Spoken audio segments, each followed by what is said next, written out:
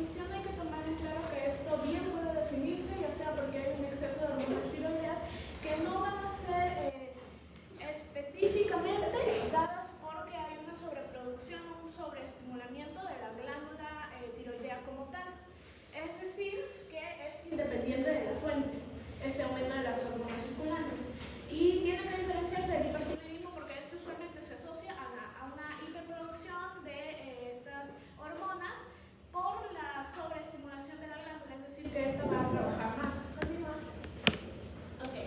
En cuanto a la clasificación, vi que se clasifica de acuerdo a la causa. Entonces, si hablamos de un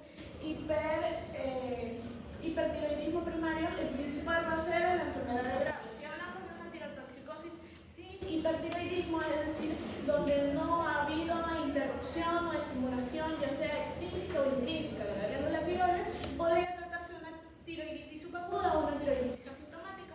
En cuanto a una hipertiroiditis secundaria, vamos a centrarnos en lo que es el adenoma hipoficiario secretor de la hormona estimulante de la tiroides. Continúa. Okay. En cuanto a su patogenia, lo que sería ligada a hipertiroidismo, vamos a tener la enfermedad de Graves, donde se van a generar anticuerpos antirreceptor de la hormona estimulante de tiroides, que se va a unir a los receptores de esta hormona estimulante, entonces los va a activar y lo que va a hacer es estimular la sobreproducción tanto de triotironina como de tiroxina. Este proceso va a generar una retroalimentación negativa, es decir, que va a inhibir la producción de la propia TSH. Esta no va a ser la que estimule, sino este anticuerpo. Y en cuanto al exceso de yodo, ya sea por medicación, como por ejemplo la miodarona o el exceso de ioduros, vamos a tener que va a superar a lo que sería el Wolff-Chaikoff, que este va a ser el límite para que se utilice el yodo. Entonces, al superarse este límite, va a haber una biodisponibilidad masiva del yodo y va a pasar a lo que sería, se va a unir a la tiroglobulina y va a empezar con la sobreproducción de T3 y T4. Ya que esta tiroglobulina contiene lo que son los precursores para estas y en cuanto al daño inflamatorio, por ejemplo, en una tiroiditis subaguda, que entraría dentro de lo que sería una tirotoxicosis hipotiroidea, tenemos que puede ser por virus, como el adenovirus, que se va a encargar de destruir o simplemente dañar lo que serían los folículos tiroideos, que los podemos observar acá, y esto va a generar la lisis de las células que los componen. Y como dentro de estos folículos tenemos el coloide, que contiene a su vez la tiroglobulina, esta va a liberar lo que serían las precursoras de T3 y T4. Continuamos, por favor. Okay. En cuanto al cuadro clínico, se habla de una tríada de lo principal que presenta una fiebre alta, que como tal no debería denominarse fiebre alta, sino una hipertermia, pero por cuestiones de estudio lo vamos a encontrar así en diferentes exámenes. Luego, alteraciones a nivel del sistema nervioso central como agitación, delirio, convulsiones, y en cuanto a la taquicardia tiende a estar mayor a 140 miligramos de mercurio. Pero también, de acuerdo a autores, podemos hablar de una disfunción termorreguladora a partir de los 38.9 o igual a este. Podemos hablar de una disfunción cardíaca cuando la frecuencia cardíaca está mayor o igual a 120 y en cuanto a disfunción gastrointestinal vamos a tener náuseas, vómitos e ictericia. Esta es la escala puntuada de acuerdo a Burch-Wartkowski, que vamos a puntuar de... Se dice que se tiene que superar los 45 puntos para hablar de una tirotoxicosis grave como tal. Entonces, por ejemplo, cuando hablamos de los efectos que tiene a nivel del sistema nervioso central, si no tiene ninguno, vamos a ponerle 0.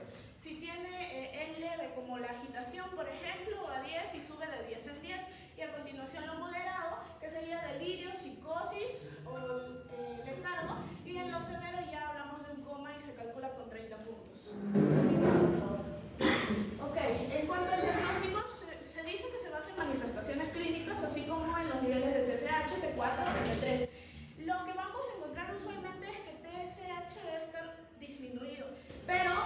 Si hablamos de que los tres están elevados, ya debemos centrarnos a nivel de hipófisis o de hipotálamo, ya que podría tratarse de algún adenoma a nivel de este que está generando presión.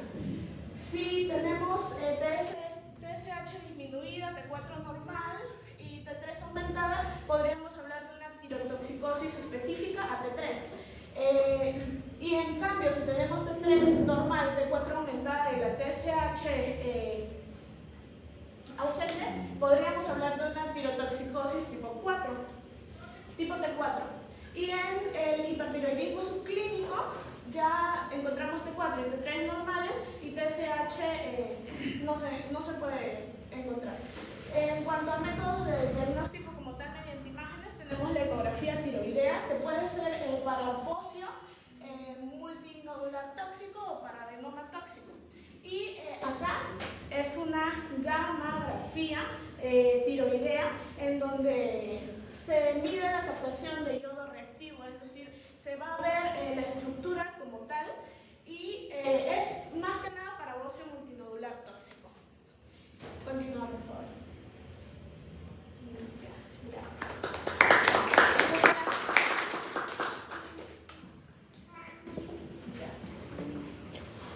Sí, tu pregunta.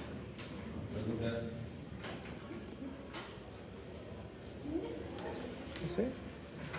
Bien, buen día, doctor, compañeros, compañera.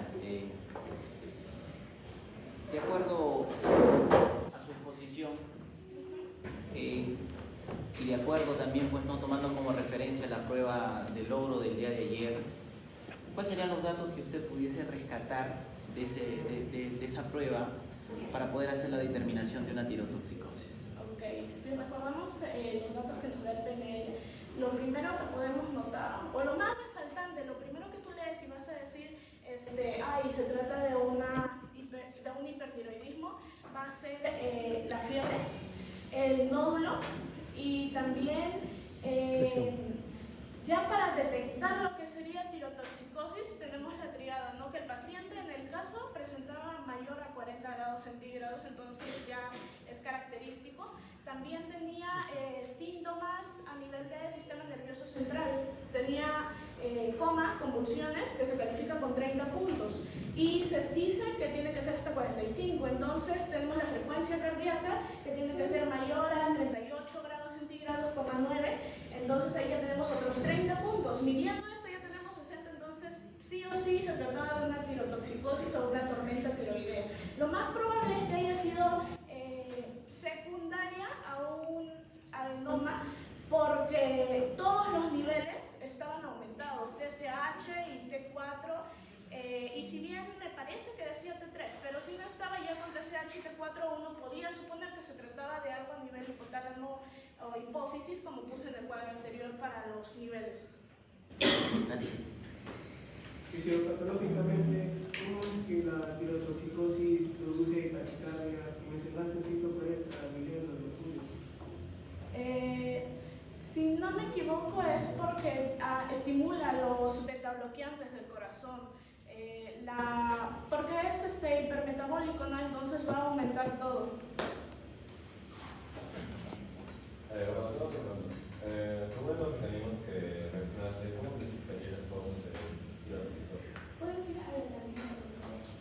Ok, de acuerdo a la tabla que les mostré, se califica, se clasifica en hipertiroidismo primario, en donde vamos a tener un aumento de las hormonas T3 y T4, pero estas van a ser netamente ligadas a lo que sería ya tanto un estímulo intrínseco como algo propio del organismo para producir estas hormonas.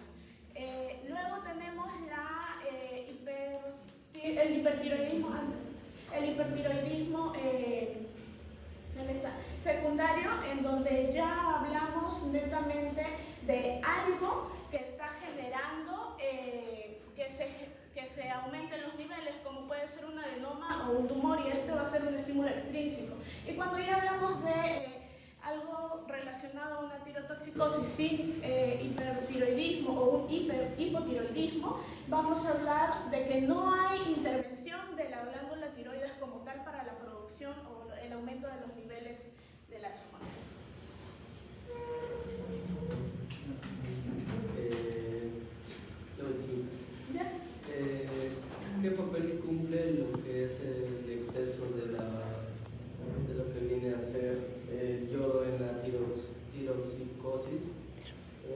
tirotoxicosis y cómo supera el efecto Charcot, creo que Sí, ya. Lo que ocurre es que esto va a, digamos, hacer que no haya una sobre utilización de yoduro, ¿no? Este va a ser el límite y se va a denominar, ¿puedes decir a lo del golf? Antes, ahí está, el Wolff-Chaikoff, que lo que hace es que con respecto a esta biodisponibilidad masiva de yodo, hazle zoom por favor esta estructura, ¿ya?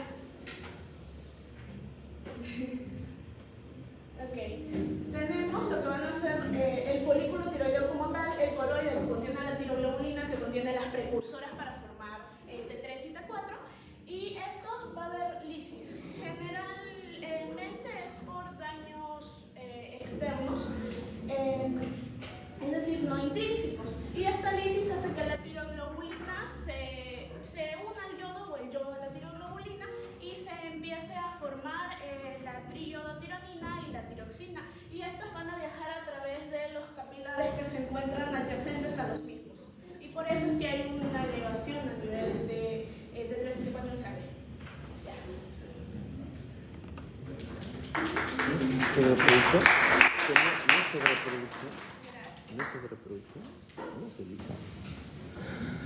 ¿Se lisa?